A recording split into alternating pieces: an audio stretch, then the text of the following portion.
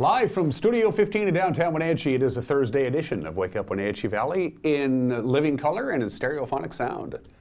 I'm Dan Kuntz. Happy Thursday. Thanks for starting your day with us here on the NCW Live channel. Steve Hare, my good friend, cohort, and news director to my immediate left, and Kat, as always, in control, except on days when she's not in control, in which case Uriah is here, and if Uriah doesn't show up, then we have no show. But we have a good show for you today. 5-star? Okay. Okay. Right. Well, you laid it out there now. You know, we've set the bar. Yeah. We've set the bar. Steve has another one of those scenarios, and it's, you know, we got 5 pounds worth of news in a 4-pound bag, but we'll do our best to cram it in. Steve will have the latest in news. It's all mostly wildfire related, but also the latest developments on the Rock Island homicide from a few days ago. Steve, there's been some new developments. Steve will have that here in a few minutes. I'll have your weather forecast right out of the box. Red flag warning. Starts at 2 o'clock this afternoon, goes till 9 o'clock this evening. This is a scenario we've talked about before. Strong winds, warm temperatures, low relative humidity. Relative humidity this afternoon could get into the single digits, which is rare, but it could certainly happen. So a red flag warning is going to get going later on today. So obviously fire concerns is a big one. We got some graphics to show for you. Also in the upper part of our viewing area from Chelan up north, you're also dealing with some air quality issues. And we have a graphic to show you on that too, so stay close. We got a very important weather forecast coming your way. Sports, the Wenatchee Apple Sox are the hottest team in the West Coast League at just the right time. Yeah, good timing there. They're making a late playoff push. The Mariners are not making a late playoff push. They're kind of stumbling and bumbling a little bit. The Astros just handed their hats to them yesterday. We got sports coming up as well. Speaking of that, before we get into all that other stuff, this is a nice little article. Isn't that cute? From our friends. I thought that was pretty neat. Yeah, Haley Van Lith, a tremendous basketball player out of Cashmere High School. She played for the U17 women's team. That's FIBL, Federation of International Basketball Association or something like that. And in their division, they won the gold medal. They beat France. Beat France. I mean, they killed France. Yeah, they wiped them out. 92 to 40 or something like that? Yeah, something like that. So nicely done, Haley. It's always, local people making good is always a good deal. So that's a nice little touch there. Coming next to the Olympics for her. You think so? Oh, yeah, absolutely.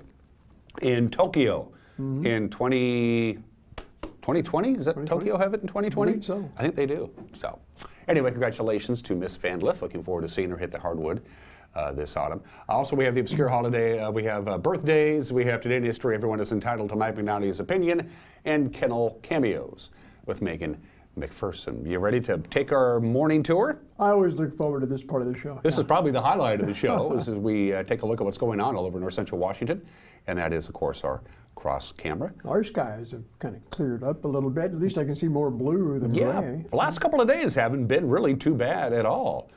Boy, I was just keeping my fingers crossed yesterday when that wind picked up yesterday afternoon. Oh, yeah. I mean, it did cause some erratic fire behavior on the existing fires, but knock on wood, we don't have any new major fire starts. Yeah, all things considered, it's pretty nice. The air quality here in Wenatchee is okay. There's no real problems at all, but again, some air quality issues for our friends up north. Oh, that was me real quick. Apparently our machine, our TriCaster, is misbehaving. It happens. Let's see what happens on camera number 2. See if we can make that transition, and we do. And that's got to be the Badger Mountain camera. Pull back. That's a pure guess, but it's a pretty good one. In fact, Steve, if you look to the far left, you can see Wenatchee Heights, how it juts out, and that's where our cross camera is. My guess is they're harvesting wheat, are they not? Or in the middle of that? It sure looks like it right now. Yeah. Our dryland wheat farmers? Yep, they must be up there doing what they do so well. Because I like bread. That's a beautiful view of the Wenatchee Valley from Badger Mountain way up there. I like soba noodles myself. Do you? Oh, yeah. Well, let's not get religion involved in this, Steve. Camera 3.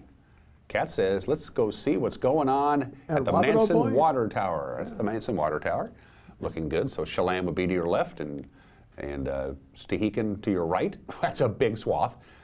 But you know what we're looking at there, and that's the spit sticking out there. It's going to be a great day to be on the lake. Yeah. Well, again, air quality issues. If you, I wouldn't go run a marathon up in the Chelan area today. It does seem considerably hazier up there, doesn't it? Especially down toward Chelan. A little bit. You can almost see that layer of smoke as it hovers over the top of the ridge there. Well, that prevailing wind, of course, is pushing that smoke from the Cougar Creek fire into that area too. And finally, camera 4. Kat says, let's say hello to Apple Annie's, blowing around just a little bit there. Yeah. Although I was just outside of our studios, and there's not a whiff of breeze in Wenatchee anyway, so that might be just catching a little shot of something, because it is shaking a little bit. Coming across the Senator Settler Bridge this morning, I saw the flag fluttering there, so we do have a breeze. Keep in mind, it was last summer that we went to the cross camera on a beautiful, crystal clear day with no wind, and the cross camera was shaking, and we couldn't figure out why. It turns out somebody was climbing it. One of our Sky-Fi technicians was climbing the tower, which we thought was kind of strange. From the National Weather Service, your all-important weather forecast. There it is, considerably cooler than yesterday. 96 was our high yesterday. Breathe a sigh of relief. We're going to get to 90 today, but again, it's going to be breezy, and this is why we have a red flag warning that begins at 2 o'clock this afternoon. We have a graphic to give you an idea. It's a map provided by the National Weather Service that shows us exactly the geographic area at the red flag warning, which is essentially all of eastern Washington is under a red flag warning. Again, low relative humidity, strong winds, and warm temperatures, but a lot cooler than yesterday. Wind today, 10 to 18 miles an hour, and then that cold front that's going to cool us down is going to make it really windy tonight, Steve. Northwest wind 14 to 21 miles an hour. We can top off with gusts as high as 30 miles an hour tonight. And then it calms down a little bit on Friday. Still a little on the breezy side. Look at that high of 80, 81. It's actually below normal by about 7 or 8 degrees for this time in August. Northwest wind on Friday, 13 to 17 miles an hour. Friday night, again, breezy. 8 to 18 miles an hour, and then just in time for the weekend, we calm down and we begin a gradual warming trend. As far as haze for the Wenatchee Valley, most of it would be in the morning when the relative humidity is at its highest, and as the day warms up, the haze should be clearing out in many locations. Still some patchy smoke possible in the valley tonight, Friday and Friday night. Again, up in Chelan, more smoke and not the best of air quality. I was reading a regional weather forecast this morning, and also they were talking something about maybe minor to moderate chances of thunderstorm activities up at the Cascade Crest and up at the Canadian border. Yeah, kind of where they had last weekend when they had some well, that's lightning what started fires the come in. Cougar Creek fire. So. Oh, I haven't mentioned my guest today because the big STEM Summit is coming up August 13th through the 16th. So Pete Phillips and Dr. Sue Kane from the North Central Educational Services District are our interview segment today. They came in and recorded that yesterday. It's a fascinating conversation.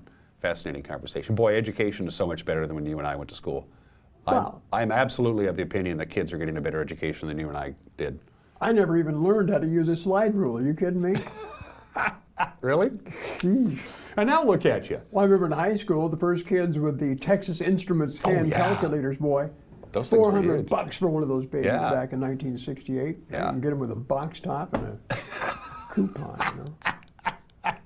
It's 8 minutes after the hour. We're going to take a quick 1-minute break, and then Steve is going to come back and handle your news duties. There's a lot of it, so you got about a minute. Go out and grab yourself a cup of coffee and your piece of toast and settle right back down because the news with Steve Hare is next. The news is brought to you by our friends at Cascade Medical. Trained with a physical therapist who loves the outdoors as much as you do. Cascade Medical, partners in your health. The physical therapists at Cascade Medical love the outdoors as much as you do. But sometimes where there's love, there's also pain. Let us help you get back to the activities that you love.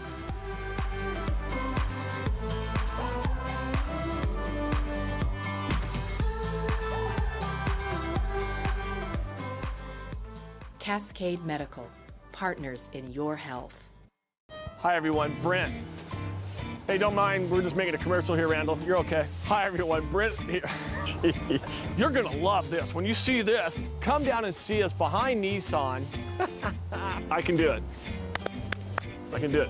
The all-new 2018 Nissan. That's done, I'm done.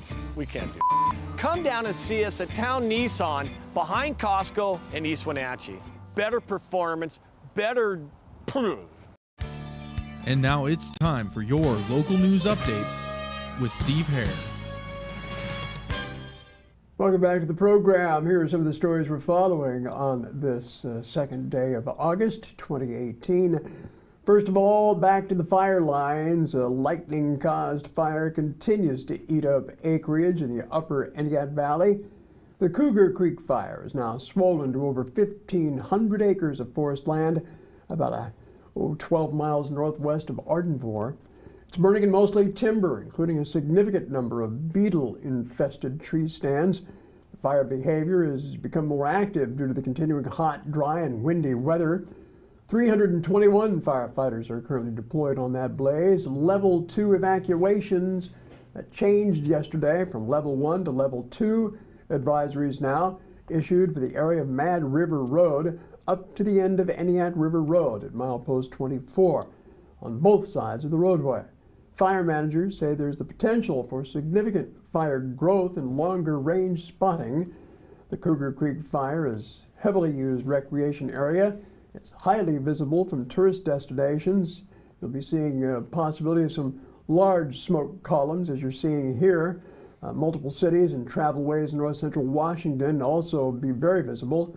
In fact, the same incident management team was also managing the Chelan Hills fire, which is almost completely surrounded now and in a monitor status. A lot of mop-up work still occurring there. Speaking of which, when Jeffrey Stockman joined the Douglas County Fire District as a volunteer 2 years ago, he never imagined he'd be responding to a fire in his own backyard. On a windy Friday afternoon, Stockman suited up to protect his neighbor's property before realizing his own was in immediate danger. Me and another firefighter, Gary, we were in engine 243 at the top of the hill, and we were taking the hose and we were trying to keep it from crossing the canyon on up there. And the heat was so intense and the smoke, it was just too much. And then it caught the hill on fire and I managed to put it out, but the smoke and the heat and everything was so bad, there's never enough training to train you for that. I mean, it overtook us and we knew we had to get out of there, and we tried to get the engine to move and couldn't. We were just panicking, and it filled the whole cab and everything full of smoke, and pretty close. I mean, I told Gary we just need to run, and we ran, got out of it, and just, we couldn't even see when we were running. We were just running up the road. It was so much smoke and heat. Now, the Chelan Hills fire grew to more than 1,800 acres in Douglas County, damaging 2 homes and several outbuildings. Tune in to NCW Live Evening News tonight with Grant Olson. We have more on Stockman's story from the fire lines that day. Well, Shayla and Josh Haran are asking for financial help after their property was scorched in the Chelan Hills fire. A fundraising campaign has been set up through PayPal on the website gogetfunding.com. Harans bought their property a year ago. They've been slowly working on moving things up and creating a home base for themselves and their 1-year-old daughter. The fire destroyed a travel trailer, some personal items that they had stored there as well, and the start of that cabin. Among the items that were lost were their cabin, Josh's military memorabilia, his hunting and fishing gear were all lost. Harans live in Wenatchee, but we're in the process of building that cabin in the Chelan Hills Acre Road property. With a high number of fires these days, people may be wondering where they can take their pets after being evacuated. The Wenatchee Valley Humane Society is offering free pet boarding to those pet owners. Anyone who's on level 3 evacuation, it's a scary thing. It's happened to me a couple of times, and the last thing you need to worry about is what are you going to do with your pet. If you need to go to a hotel and they're not pet friendly, just give us a call and we can make room at the inn for anyone. So the number is 662-9577, and either the operator at the front desk or animal control, if it's off hours, press 1. I think the important thing is that if you are asked to leave a message, don't let that stop you from leaving a message, because they will call you back. And if they don't call you back within 15 minutes, then call again. But it's important to leave a message, and we will get back to you. So for anyone that's at level 3. And again, as a community service, there are people at the Humane Society who are available at all times of the night to help you pet owners. Also, new evidence has surfaced in the investigation of a murder at a Rock Island residence last week. 66-year-old Louis Teolilo is charged with second-degree murder and domestic violence in connection with his wife Peggy Teolilo's death. The husband is awaiting arraignment after he appeared in court Tuesday to hear the charges against him. The most recent information is contained in a revised affidavit of probable cause filed in Douglas County Superior Court Wednesday by Douglas County Deputy Prosecutor Gordon Edgar. Now, the amended affidavit includes results of the autopsy performed on the victim. The results found that the woman had been bludgeoned to death and had not been shot in the head, as previously suspected by Douglas County Sheriff's deputies, or detectives rather. Evidence also showed that Peggy Teolilo's face had been bludgeoned by an object or several objects multiple times rather than shot, end quote. The autopsy also showed the woman's head had been caved in. Along with facial injuries, the autopsy also found injuries to the victim's forearm. her rib cage, shoulder, and hip. Her body was found July 25th inside the couple's trailer. A Douglas County Sheriff's deputy responded to the residence on Riverside Place after being notified that she had not turned up to give someone a ride. Before entering the trailer, the charging documents say the husband was contacted by authorities at his workplace and asked at that time about his wife's whereabouts. He reportedly told them she should have been at work. He returned to the residence. He was taken to the sheriff's office for an interview where he denied involvement in the wife's death. He was arrested. He remains in custody on $500,000 bail. He is awaiting his arraignment hearing next. 27-year-old Julio Alvaron Barona was in court Monday for a ruling on a plea deal offered by the state, which involved the defendant entering a guilty plea to second-degree murder in connection with the December 26th murder of Quincy resident Jill Sundberg, with an agreed sentencing recommendation of 220 months, a little over 18 years in prison. Now, the Columbia Basin Herald reports the judge agreed to the plea, meaning Alvaron Barona will be required to testify against all co-defendants in that highly publicized Sundberg case as part of his plea deal. In Grant County Superior Court Monday, Janet Sundberg, Jill's mother, told Alvaron Barona that he was, quote, a sick and horrible human being and was pure evil, in her words. Alvaron Barona declined to address the court. He offered no condolences to Sundberg's family, instead choosing to have his defense lawyer speak on his behalf. Well, Habitat for Humanity is seeking volunteers for its current triplex build project on Methouse Street in Wenatchee. We have some projects going on the exterior that we could use some help with. Individuals or groups of, anywhere from 10 to 15 is a good amount. So, we'd love to have people come out and help. It definitely helps keep our costs down, and it helps move things along faster for us. And what type of volunteer work are you looking for? You don't have to be skilled, so anyone can come and help. And we have a great construction manager who's good at helping train, so you can learn some skills while you're here. But like I said, we probably have some exterior work that needs to be done, and then some things on the inside as well. As we start trimming out the houses, there'll be a little bit of carpentry work. Meanwhile, the Wenatchee High School's Interact Club has also been raising money for Habitat for Humanity, and now over $50,000 going toward that project. We have actually designated one of these units as their specific project. So they've come out with the Rotary Club here in town, and they worked on a Saturday, and they come out and help. The kids from the high school have come and helped on Saturdays, so they've been great. To volunteer, you can contact our volunteer coordinator, Ruth Dagg, and her number is 860-3368. Wenatchee resident Milagro Teo is currently living in a small two-room apartment with 2 children and 1 grandson. She'll be moving into one of the units once it's built. She's one of the volunteers helping out with the project, too. How did you hear about Habitat for Humanity? How did this happen?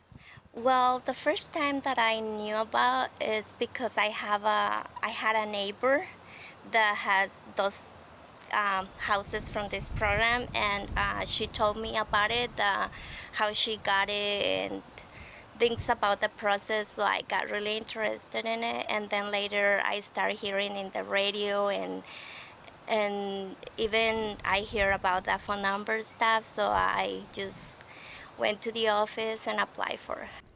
And again, if you'd like to become a volunteer for Habitat for Humanity, you can contact Coordinator Ruth Dagg. That number is 509-860-3368. And, well, we're closing this evening. And if you're still having some problems negotiating the new traffic roundabouts in the Wenatchee Valley, well, here's something to consider for this morning. Judging from the number of complaints I see posted on Facebook, it would appear that a tutorial is in order. Oh, take it slow, take it slow. Well, hi, folks. Next time you're out and about, we want you to know the right way to roundabout. Here are 4 simple things to remember. First, when we approach a roundabout, when we're in one, and when we leave one, we take it slow. Speed is a major cause of roundabout crashes, so take a breath, take it easy, and take it slow. Take it slow, take it slow, take it slow. Next, pick the correct lane. Before you enter a roundabout, think, where do I want to go after the roundabout? Right? Straight ahead? Left? Or back where I came from? Then check out the traffic signs and road markings to pick the correct lane. Here, Jim wants to take a right. So he picked the right lane, stayed to the right, and off he goes. Hannah wants to go straight. She picks the right lane and then turns when it's time to go straight. And here's Jim entering the roundabout to take a left. In general, pick the left lane if you're going left, and pick the right lane if you're going right or straight. Check the signs. Every roundabout will have signs and markings showing you the correct lane to pick based on where you want to go. Once you pick your lane, take it slow, friends. Always yield to the left. If you see traffic already in the roundabout, yield to all traffic coming from the left, like this. Traffic in the roundabout always has the right of way, and so do pedestrians. And last, never pass in a roundabout. Things are busy enough in there, so no passing, please. And that, folks, is how you get safely in and out of a roundabout.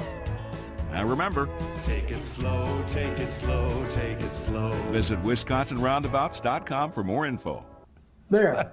Does that clear it up? That's simple. I ain't got no problem Pretty with that. simple. I don't know. I have this reoccurring dream where I'm stuck in a roundabout and I can't get out. Nobody lets me out. I'm just round and round. We got some new ones going good too. That one at Western and Miller.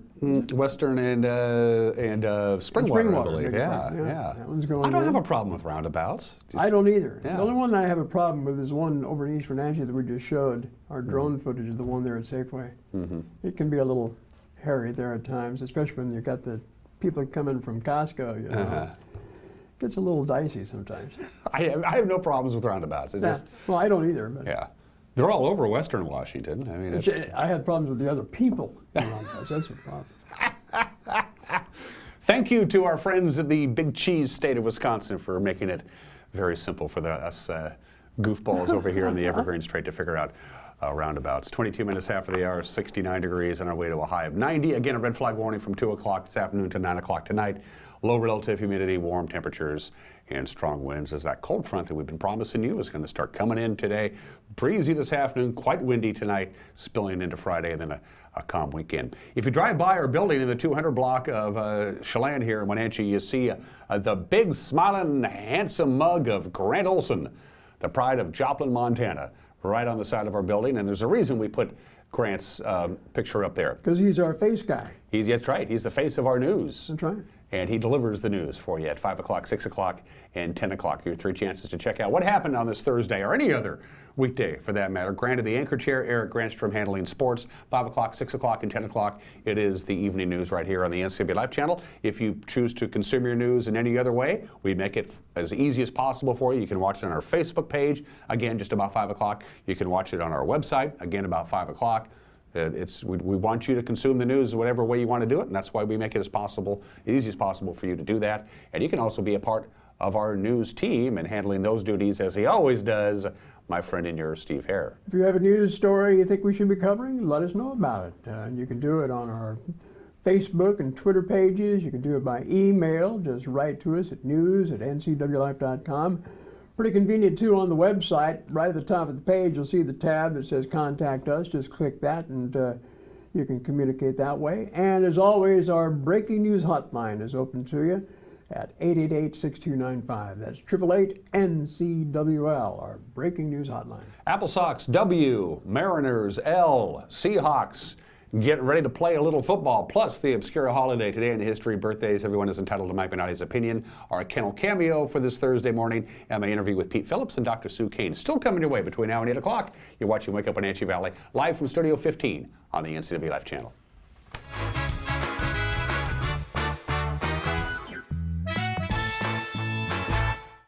I have a doctor who knows what they're talking about. It's just so much more hands-on and friendly than anywhere else I've ever been. It's really great to walk into somewhere where you feel welcomed and you feel accepted. We've just been grateful for the care and respect that we've been given there. And here when I come to visit my doctor, I'm not afraid to ask questions. It's not just about getting you in and out. I love my care at CVCH. It's awesome. Give it a try. Hello, Wenatchee Valley. Christian Shanlin here with Bay Equity Home Loans. Make your dream of building your own home a reality today. Bay Equity Home Loans has teamed up with Real Homes to make building your new home a smooth process. Bay Equity Home Loans of Wenatchee offers new construction loans, FHA 3.5% down, and VA 100% construction loans. Stop on by or give us a call today.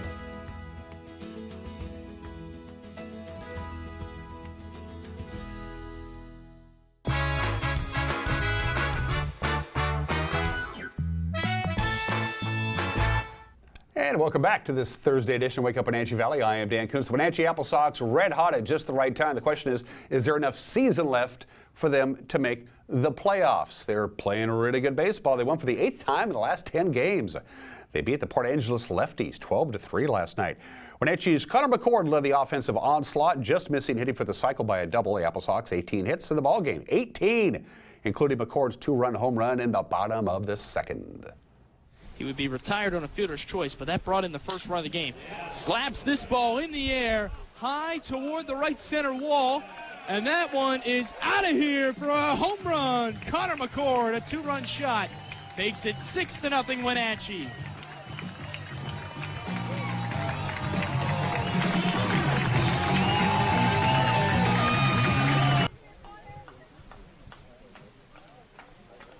Here's the 0-2 with 2 outs. Swung on and missed. Strike 3. Apple Sox win their 4th consecutive series victory. They've won 8 of their last 10. Red hot right now as they defeat the Lefties. I mentioned 12-3 here on Wednesday night. Joel Norman with the call on the Apple Sox Radio Network and the video, courtesy, of course, of the Apple Sox Facebook live stream. Apple Sox are now 3.5 games behind Yakima Valley. In the second half standings, there's 7 games left to play. Wenatchee has a chance for its first series sweep of the season tonight. Again, the Lefties in town, Paul Thomas Senior Field. It is Hawaiian night tonight. A trip for 2 to Hawaii being given away to 1 lucky fan, but you got to be there to win. First pitch, 7:05. As you see on the screen, the West Coast League scoreboard from our friends at Les Schwab. Corvallis knocks off Bend 6-4. Walla Walla comes from behind, beats Kelowna 7-6. The Bellingham Bells have had 6 walk-off wins this season, including a couple of back-to-back. They did it again last night. They beat Cowlitz 3-2. And trending 4-2 in the top of the 9th, Victoria scored 6 runs, come from behind. They beat Yakima Valley. Thank you, Victoria. The final was 8-4. And by the way, Portland in a non-league game defeated Gresham. The final was 9-0. Tonight is a series wrap-up night in the West Coast League. Corvallis goes for the sweep of Bend. Kelowna and Walla Walla play their rubber match at Barleski Stadium, 6:35. 6:35 also at Joe Martin Field as the Bells look for the sweep of Cowlitz and Bellingham. Apple Sox want more help from Victoria tonight at County Stadium. The Harbor Cats wrap up their series with Yakima Valley. Of course, Wenatchee hosting Port Angeles at 7:05. Portland and Gresham again in non-league baseball. Marvin Gonzalez went deep twice yesterday. The Astros slammed 4 home runs and they knocked off the Mariners 8-3 yesterday afternoon at the safe. Gonzalez hit both of his home runs off Seattle starter Wade LeBlanc, who had his worst outing as a Mariner. He didn't do very well. He lasted just 4 1/3. He allowed 7 runs, 10 hits, 4 strikeouts, 3 home runs. Seattle welcomes Toronto to town for the first of 4 games. The Mariners will throw Felix Hernandez, who's not been pitching very well lately. We don't know who the Blue Jays have started yet. They haven't announced. 7:10 first pitch tonight. Well, with Seattle's loss, all eyes turned to Oakland to see if the A's could catch the Mariners in the wild card standings, and they did. Yes, Jonathan Lucroy went 3 for 4 with 2 home runs and 4 ribbies. Oakland, 8-3 win over Toronto. That win moves the Athletics to 64-46. The Mariners are 63-45. So statistically, they're tied, with Houston still leading, of course, the American League West. And the Seahawks are hoping to assemble the parts that they need for speed and defense this season. They have a new defensive coordinator, Ken Norton Jr. He was asked yesterday about the play so far of this new rookie linebacker, Shaquem Griffin. I think his biggest strength, as everyone knows, is his speed. He's really, really fast. And he has a great combination with that speed, his mind. He really thinks well and he really loves ball. So it's been a joy to coach him because he has this combination of speed, he loves ball, and he understands what his strengths are, and he plays to them. Fantastic. Anytime you turn on the film or out here at practice, you can't help but see him flying around the field. He had an interception against Russell Wilson yesterday. It was really exciting to see because he grew from the off-season plays. He's just getting better every day. There's nothing to hold him back, and we're excited that he's on our team. Ice cream. Guess what the obscure holiday is? Quick little reminder, Seahawks and the Colts. First preseason game of the year, 1 week from tonight at CenturyLink Field. So the obscure holiday today, are you already on top of it? It's Ice Cream Sandwich Day. Perfect August treat. I like to make my own ice cream sandwich, and what I do is I take a scoop of ice cream. I get 2 big chocolate chip cookies, chocolate chip cookie on the bottom, scoop of vanilla ice cream, chocolate chip cookie on top. That's the way I like my ice cream sandwiches, the homemade kind, but of course those are fine too. Great summertime treat. It's pretty simple, a cake with ice cream in the middle of it. That sounds good. Ice cream sandwich day today. Enjoy one with one that you love. And at 31 minutes after the hour, today in history, the Declaration of Independence was actually signed for the most part on this date, August 2nd, 1776. The research was pretty simple because there are people who signed the Declaration of Independence who weren't in Philadelphia on July 4th. They just weren't. Some of them weren't even members of Congress or the Continental Congress, if you will. So a lot of delegates, most of the delegates, most experts agree, actually affixed their signature to the Declaration of Independence on August 2nd, and some of them even after August 2nd. So originally, everybody signed on July 4th. Not true. Most people, most experts agree, actually signed the Declaration on August 2nd, 1776, 242 years ago. 228 years ago, everybody put their hand up. How many people we got? The very first United States Census was conducted, and they did it all in one day. The United States Marshal's offices were required by law to visit every household in the United States on August 2nd, 1790, and they counted 3,929,214 of us. The most populous state after the first sentence was Virginia, with 747,000 and some change, and the most populous city, New York City. A little over 33,000 people lived in New York City in 1790. Now 8.5 million people live in New York City. The very first census took place in one day, on this day, 228 years ago. August 2nd, 1923, Warren G. Harding, dead. Oops, there he is. Warren G. Harding died suddenly in San Francisco of a stroke. Calvin Coolidge became the President of the United States. Warren G. Harding's last public appearance, his last speech, was at Husky Stadium in Seattle on July 27th, a few days before he died. And at that point, people thought there's something wrong with Harding.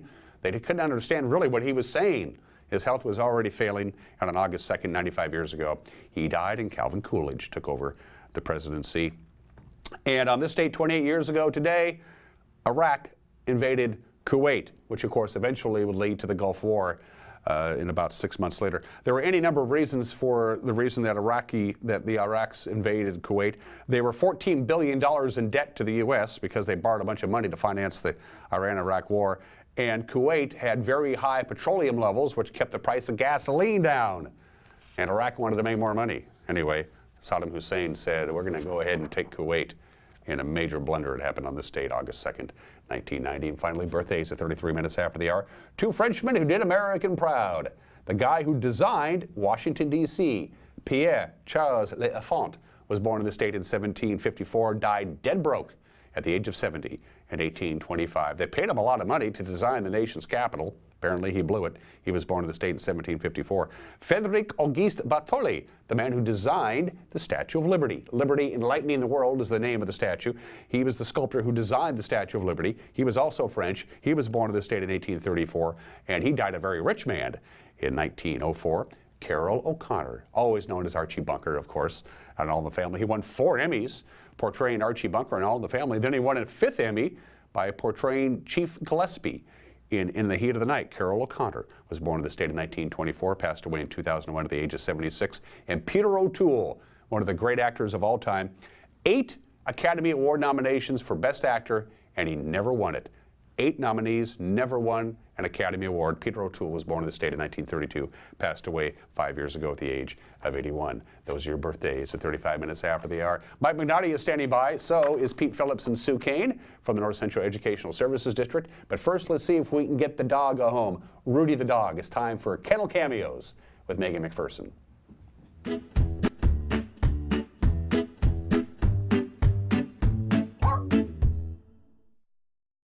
Hey Hey guys, Megan here with the NCW Life Channel. We are here with Dawn Davies, the Executive Director of the Wenatchee Valley Humane Society, and we are also here with Ruby the Rottweiler. Dawn, can you tell us about Ruby? Ruby the Rottweiler, she's 6 years old. She has a really sweet, gentle personality. You can see that she loves her ball. She's playful. She has lived in a home with large animals before, and she gets along with them, and she gets along and plays with kids too. So she has gone through a little bit of a tough life. She's been through a couple homes already, not from the Humane Society, but her last owners had her, and sadly had to give her up because they had to move. So we're looking for a home that will give her all the love and affection that she needs, and I think she'd be really easily trainable. She knows sit, she can walk, she likes her toys, and I think she dropped her ball. So. And what kind of lifestyle is she looking for? Is she active? Yeah, I think she would need an active place. Rottweilers are that way. They're kind of working dogs in a way. So I think that she would love to play and love to go on hikes or camping or do whatever, but then I think she would love just laying on a couch as much too. If someone wanted to adopt Ruby, what should they do? They can come down to the shelter at 1474 South Wenatchee Avenue. We're open 11 to 6 Monday through Friday, 11 to 3 on weekends. If you're interested in her, just check our website too at WenatcheeHumane.org and look under Adopt, look under Dogs, and she's right there. The Wenatchee Valley Humane Society is located at 1474 South Wenatchee Avenue and is open Monday through Friday from 11 a.m. to 6 p.m. and Saturday and Sunday from 11 a.m. to 3 p.m. Give them a call at 509-662-9577 or visit their website at WenatcheeHumane.org. This has been Kennel Cameos at the Wenatchee Valley Humane Society.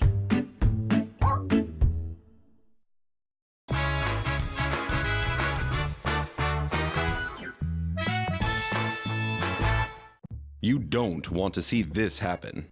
It's the oil light on your car.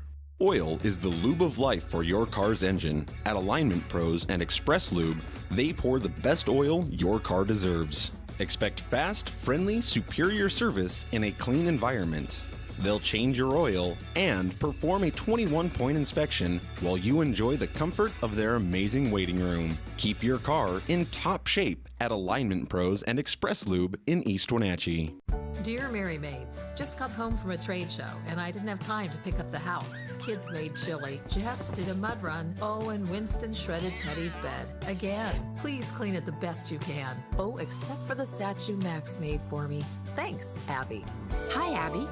Clean kitchen, clean bath, clean floor, naughty cat. Poor Teddy. The statue is precious. You should keep it forever. See you next time, Mary Maids. Hey folks, Carrie from Blueberry Hills in Manson, where we've got huge news. We've started our Blueberry U-Pick. It's a great time to toss the family in the car and get on out to Blueberry Hills, where you can get the best down-home scratch country cooking around and pick some of the world's most delicious and largest blueberries that have been high desert farmed. This makes for an intense blueberry flavor, and they are so much fun to pick. Our fields are open 8 to 2:30 daily and restaurant from 8 to 3, so come on out and join us. At Local Myth Pizza, we believe in real food, freshly prepared with only premium ingredients. Our cheeses are imported from Italy. Our sauces, dressings, and even our sausages are made in-house fresh daily. Featuring Northwest craft beers and 30 Chelan Valley wines and ciders. Family fun and amazing food. Eat local, drink local, and be local at Local Myth Pizza. Come see why Sunset Magazine says you can't beat Local Myth Pizza. This is State Representative Kerry Kandata inviting you to watch our new and improved 12th District 2.0 show. Now featuring more information on federal, state, and local issues in a leaner, faster format. Guest hosts John Wise and Shiloh Shower bring it all home with yours truly, Kerry Kandata. Why do we call it 2.0? Because just like me, it's the stronger, faster, and lighter version of today's politics. Also available on demand at ncwlife.com.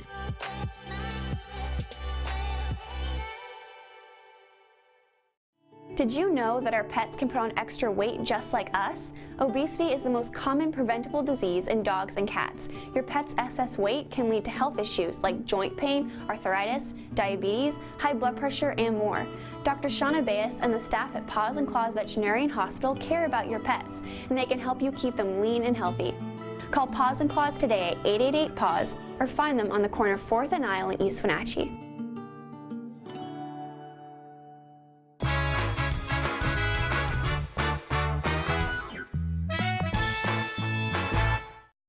this is Mike Mad Dog Magnotti, and everybody is entitled to my opinion.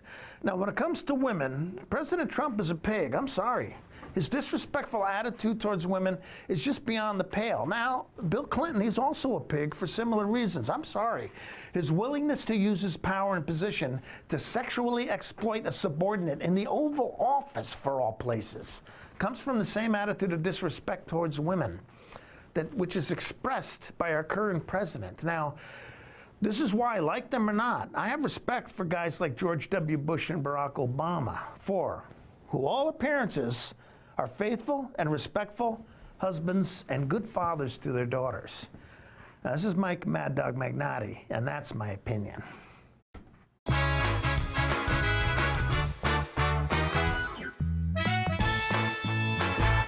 Hey there, Wenatchee. I'm Sean Lee, and I'm inviting you to check out the NCW Movie Guide to keep up on what movies are playing in our town.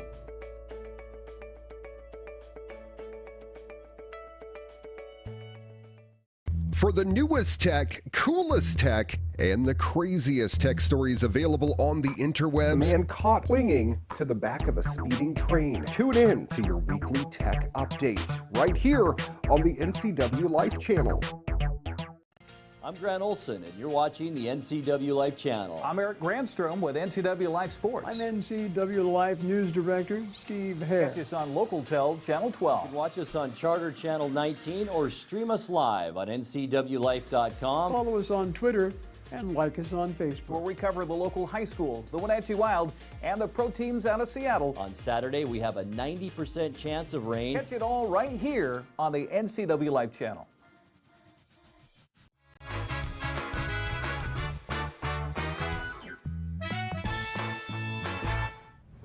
And welcome back to Wake Up Wenatchee Valley. I am Dan Kuntz, your host. Once a month, some of the fine folks from the North Central Educational Services District drops by and says hi. This month is no difference, but a very, very special topic, because coming up the week of August 13th through the 16th, the entire Wenatchee Convention Center is going to be overrun with a bunch of really smart people who are smarter than I am. That's why it's such a big convention center. It's the second annual STEM Summit coming up, and my guest today from the North Central ESD, I think we all know Dr. Sue Kane, to my far, far left. She's been here before. She is the director of the Apple STEM Network, and Pete Phillips, who's the executive director of technology for the NCESD, MOUSE. Welcome back to the show. Thank you. It's good to hear all good tan to be here. and happy. It's been a good summer. Yeah. It's good to have you back. Thank you. I don't even know where to begin. I have the schedule up here. Well, let's go back to last year. This is the second STEM Summit. The first one must have gone well. I'm casting aspersions here. It did. It went really well. We had over 200 educators and 50 sessions, and we had Camille Jones, who was the Teacher of the Year last year, kick us off, and we had such positive feedback. We were ready to start planning the next one almost in September, I think. And that's the big thing, because you'd never done this before last year. We hope it works. Yeah. It worked, because now it's the second, and this is twice as big. This is twice as big as last year. Yeah, exactly. We kind of had the attitude of, if you build it, they'll come, and so we want to provide something that has value and that they can't miss. So that's kind of how we planned year two, and it's working. We've doubled the number of sessions. We've got more educators, administrators, so bigger, better. We'll have to ask the attendees what they think after it's over, right? I'm sure there'll be a questionnaire. There always is. Yeah. So if your discipline is science, technology, engineering, or math, and you teach it or administer it, the odds are you're going to be there, right? I mean, that's... Yep. We sure hope so, And if you're not there, you should be. Yeah. Well, let's talk about that. What if you're not a STEM, if your discipline as a teacher isn't one of those four subjects? You're still going to get something out of it, even if you teach English or something, right? I mean, Yeah, we've done a really kind of thoughtful look and made sure that there's something for everybody there.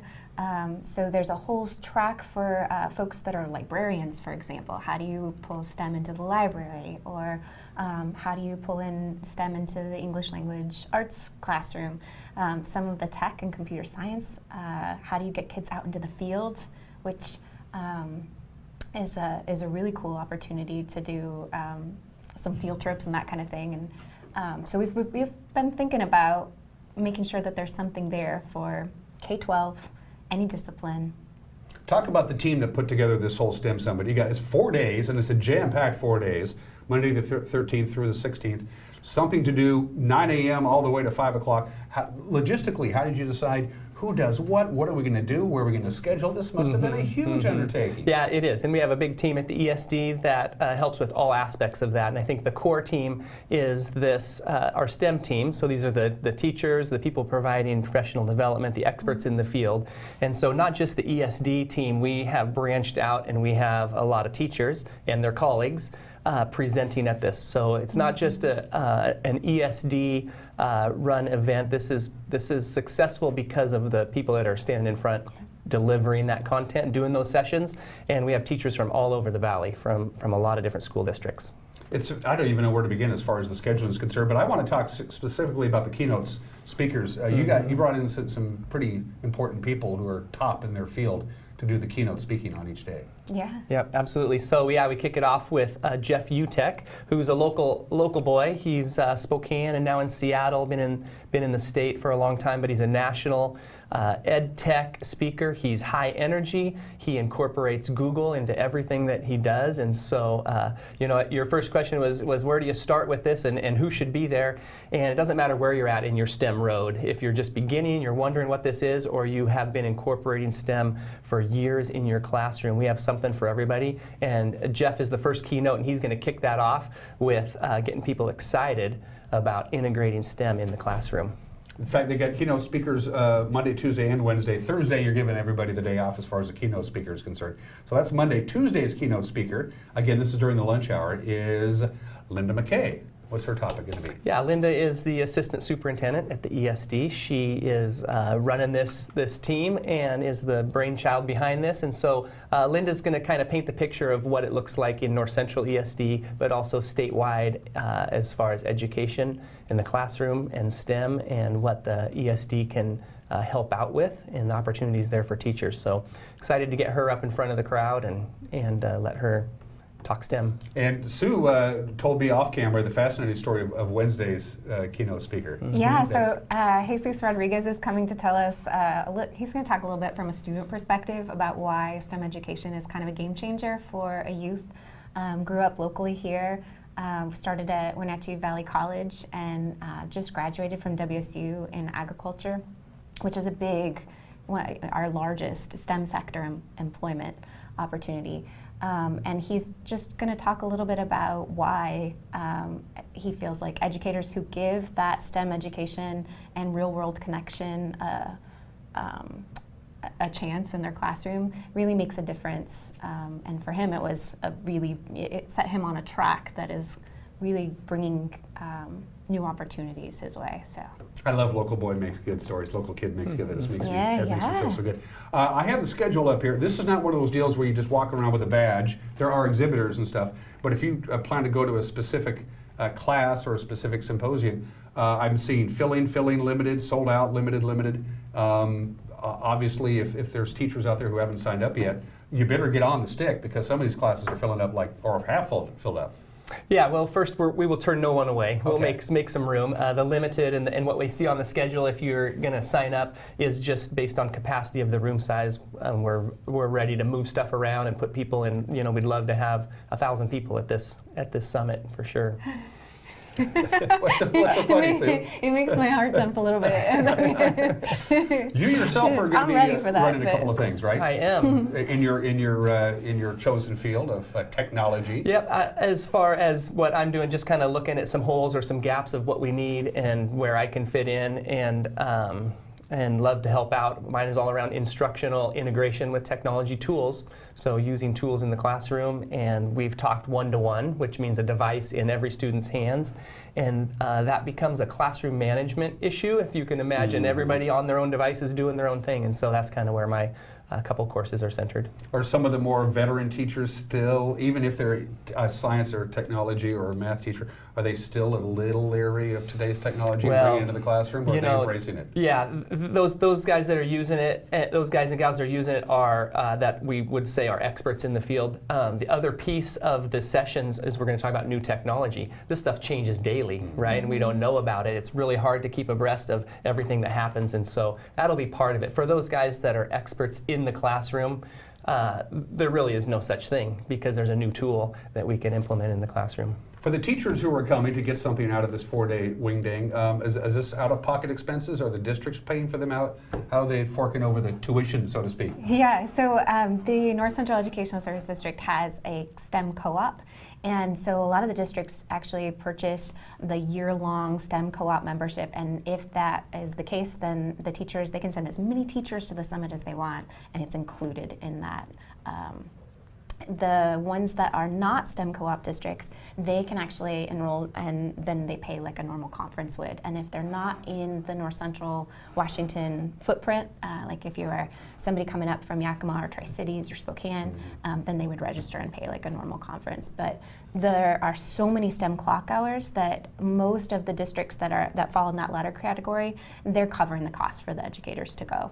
And for the teachers, their CE certification plays into this, right? Absolutely. They get this on their little ticker that says, I know what I'm talking about. Teachers have to earn annually X number of clock hours, we call them, and so this summit actually can satisfy the clock hours for multiple years. There's 45 clock hours available. How did this whole thing start? You know, this is the second one, but take me back 3 years ago. Was there a brainstorm? Said we need to have a gathering where all of these people get together? How did it? It's one of those what was things the genesis of this? It's really challenging to get professional learning for educators during the school year because you've got kids and they're trying to learn something new, but they're doing the teaching and they're, you have to figure out how to do subs and get everybody to head in one direction. So doing something in the summertime or just before the school year starts is really an ideal time because teachers are excited, they're setting up their classrooms, they're ready to try some new things. And so it started with a couple of folks that realized that that's a really opportune time for teachers, and how do we create a really big impact, meaningful opportunity for them to really take advantage and dive all in, and kind of went from there. Mm-hmm. You're both going to be conducting symposiums. When you're not doing that, do you have some classes and things that you want to go to get something more out of it? For Have sure. you already picked some out? Yeah, absolutely. Yeah. What are you going to be dropping in when you're not actually working? Well, I think for me, computer science is something that I'm interested in, and so I'll sit in a couple of those and hone my coding skills or lack of. Once again, if you're just joining us, these people are much smarter than I am. Let's get that out of the way right now. Yeah. So computer science is probably where I'll head. The other area that is interesting is what we're doing in the realm of science, specifically with the science kits and the new science standards that are being implemented right now. Same question for you, Sue. When you're not conducting a class, what classes you had? It's really hard to choose because these are all my passion subject. But there's a session on career and technical education marketing. How do you appeal to kids? How do you get them to think about it? I'm headed to that one.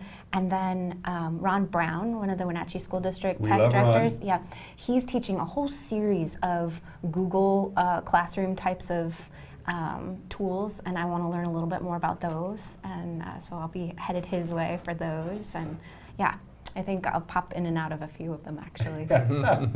It's a jam-packed schedule. I don't know how you're going to get it all in. Well, I know you guys are going to get it all in. That's not a problem at all. You're taking over the whole convention center, right? Top, bottom, left, right, in between? Yep. Oh, that's okay. It's paid for. Yeah, the convention center is great. Working with the city. Yeah. Yep, they're ready for us, and we'll have a great week. Is there going to be a third? Yes. Absolutely. Already in the works. Who would you, for a teacher who's already in this discipline, this might be a good time. I think I'm really good at this, but I need more help on this. This is a perfect time for them to hone their skills on something they might not be as good at as they think they are, right? Are teachers pretty good at recognizing their strengths and weaknesses for the most part? Yeah, what we're finding right now, STEM, the subjects of STEM have been around forever, right? But this integration is kind of a little bit new, and so teachers are experts in their fields. They have a lot of knowledge around that subject area. The key is to connect with other subject areas, so that's what this is all about, is helping them to see where they can fit in English and a history lesson or class with a science or a technology type of class. What about prospective teachers? Maybe somebody who's in their second year of college, they haven't picked a major yet, they're thinking about teaching. Is this something that they should go to or something to consider? I mean, or do you have to be a certified professional teacher to even consider going to this? No, a lot of the educators that come are actually maybe a parapro, maybe a brand new teacher. So we have a lot of new educators that are attending and that are maybe not, like I mentioned, the library. A lot of times the librarian might not be even an everyday classroom teacher. That's a specials teacher, and there's there's definitely some of them coming as well. So if you want to sign up and it's available to you, you have any number of ways to do it. What's the best way for the teachers who don't already know that this is going on to get on board, to get, say, on in? Yep. They just need to head to the ESD website, which is ncesd.org, and they'll be able to find the STEM Summit link on there, and registration is super simple. Super simple? Mm-hmm. So how about just regular Joe Blows like me? I mean, I wouldn't mind popping in and just out of curiosity about this kind of thing. I mean, I'm putting myself in the role of a parent. Yeah. You know, I'm all in on STEM, and I want my kids to fully embrace STEM. But I don't know anything about it. Can I just walk in and kind of peek around the corner, or anything like that? Or? But you're definitely invited. We'd love to have you guys, have you step in. And if folks are interested in that, just come to the front desk, ask for me. I will give you the tour and show you what's there. And we'd love to spread the word for parents and other community members to see what's happening in education. The schedule is there, and it's a big. And have we missed anything? There's so much here to talk about. I'm afraid I'm going to forget something, and then you're going to leave, and I'm going to go, I should have asked Sue or Pete this. So am I forgetting anything? I want to make sure that educators realize that there are community events, networking opportunities. Some of the coolest things that I've seen happen over the last couple of years in STEM education happen when a couple of teachers get around a table and have some space to talk. And what if we did this, and what if we tried that? And so we've got 4 opportunities to kind of head out in the evening and network with other educators, kind of meet some of the ESD staff. GWADA and the Apple STEM Network are hosting a welcome reception on Monday night at PIBIS for these educators to come down, and we really want to get that conversation started and have them have some ideas that maybe next year they're presenting. Sure. You know. And it's probably a great opportunity for a teacher in the in this district, in their particular discipline, to meet somebody from that they don't know that they teach the same class, from somebody from Yakima or exactly. something like that. Yeah. Great time to We also compare want to notes. open up the invitation for our local businesses that are STEM businesses that are desiring or employing and hiring this type of student someday to get involved too. Sponsors, we got to remember sponsors. You got sponsors, you got exhibitors and sponsors and people helping you out, because these things don't, these checks don't write themselves. Somebody's paying for this, right? And I see you got some big wigs in there again this year, so I know you want to thank them. Anything else we want to touch on? This is great. This is really cool. I'm looking forward to it. I'm going. Good. I'm in. Good. I'm taking next week off. No, I can't do that.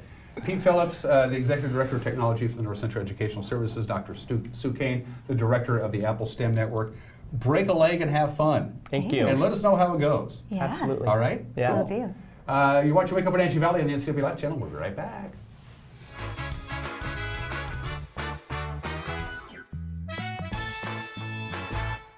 J&J Snack Foods makes a lot of dough-filled products. It's really hard to attract labor in this area. We've reached out to Goodwill, and Goodwill came through to help us get that achieved. John started here at the plant a couple of months ago. We promoted him to a dough maker. He's doing well. I'm actually doing great. I'm finally getting more notice and appreciated for my work here. I love the products we make here. If you're struggling finding the labor that you need, reach out to Goodwill.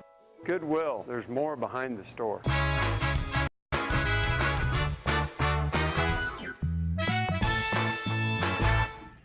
And welcome back here to Studio 15 in downtown Wenatchee. Back at you live here. Dan Kuntz, your weather forecast to take you to the top of the hour. We do have a red flag warning, by the way. It starts at 2 o'clock this afternoon, goes till 9 o'clock this evening. It's the combination of warm temperatures, strong winds, and low relative humidity. So obviously concerns for fire growth, either already existing fires or any new developing fires. Big on everybody's radar screen, but you notice that high today of 90, considerably cooler than what we've been dealing with for the last 5 or 6 days. We've had temperatures in the triple digits, and yesterday we had 96, but only 90 today. Then a big cool down. There's a cold front coming in. That's why we're only going to hit 81 tomorrow, which is well below normal, but the big story is going to be the wind. West wind 10 to 18 today, 14 to 21 miles an hour tonight. Continued northwest wind 13 to 17 miles an hour on Friday. Then we calm down a little bit Friday night, and a very pleasant weekend is coming your way. That's it for Wake Up Wenatchee Valley. My guest tomorrow is Cynthia Brown, the Eastmont Drama Club advisor. Until then, take care. Bye-bye.